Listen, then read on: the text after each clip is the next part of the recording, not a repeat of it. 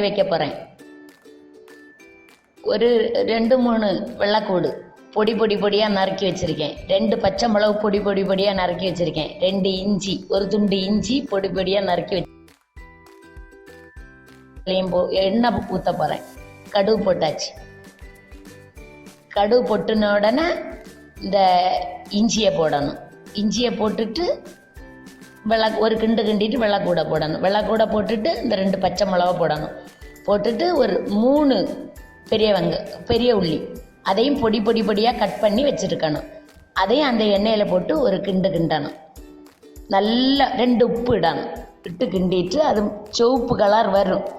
வந்த உடனே என்ன செய்ய போகிறேன், 1 ஸ்பூன் மஞ்சப்பொடி, 1 ஸ்பூன் வத்தல் பொடி, 2 ஸ்பூன் மல்லிப்பொடி, இது 1 ஸ்பூன் கறி மசாலா பொடி, இதை இவ்வளோத்தையும் போட்டு ஒரு கிண்டணும்.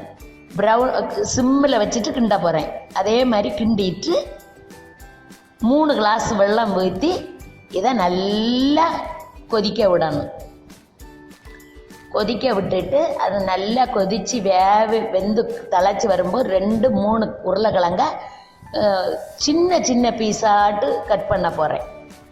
கொதித்து வந்துட்டு இனி சின்ன பீஸாக கட் பண்ணி இந்த கிழங்க அதுக்கு கூட போட்டு மூடி வச்சிடணும்.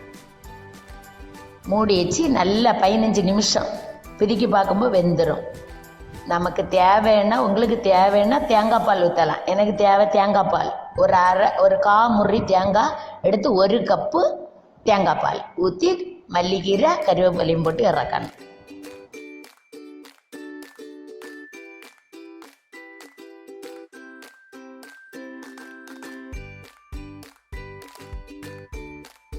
சப்பாத்தி தின்னலாம், சோத்து கூட தின்னலாம், செம்ம டேஸ்டாக இருக்கும்.